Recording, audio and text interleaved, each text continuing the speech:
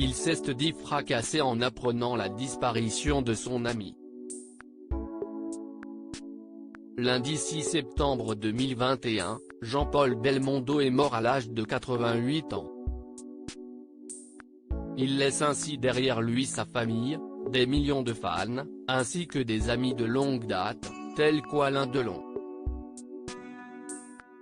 Alors que les deux acteurs s'étaient donné la réplique à de nombreuses reprises, notamment dans Sois belle et tais-toi, en 1958 ou encore Paris brûle-t-il en 1966, Anouchka Delon a souhaité évoquer leur amitié. Sur Instagram, la jolie brune a partagé un magnifique cliché en noir et blanc où l'on peut voir Jean-Paul Belmondo et Alain Delon faire un bras de fer.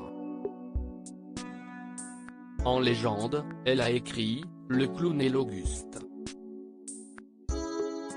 Deux monstres. Toujours à se tirer la bourre, comme indissociables. Jamais l'un au-dessus de l'autre, toujours côte à côte.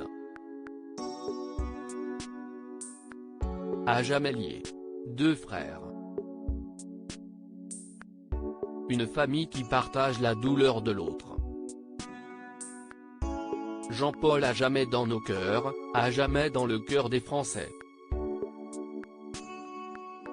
Quelques heures après l'annonce du décès de son ami, CIST sur Europe 1 qu'Alain Delon avait évoqué son immense chagrin. CIST un ami que je perds, un confrère. Cela faisait 60 ans que l'on se connaissait, que l'on travaillait ensemble.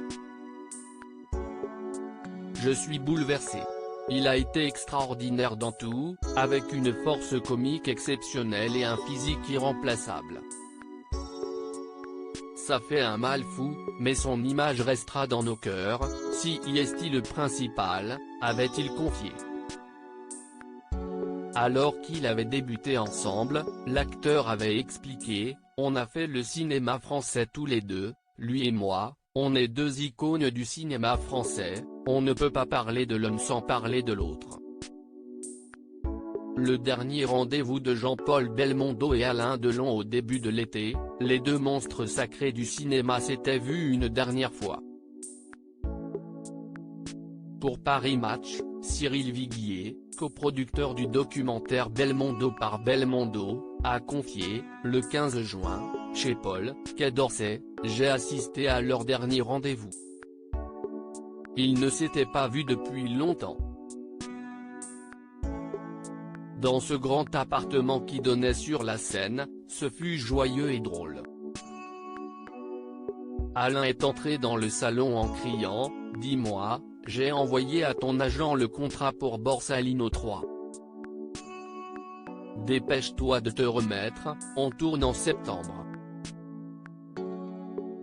Alors que Jean-Paul Belmondo et Alain Delon étaient toujours aussi complices, il a ajouté « Ils s'amusaient comme des enfants. »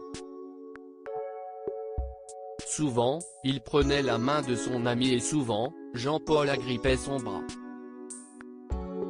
Entre eux, la tendresse passait aussi par le regard, beaucoup de rire et une certaine idée de la loyauté.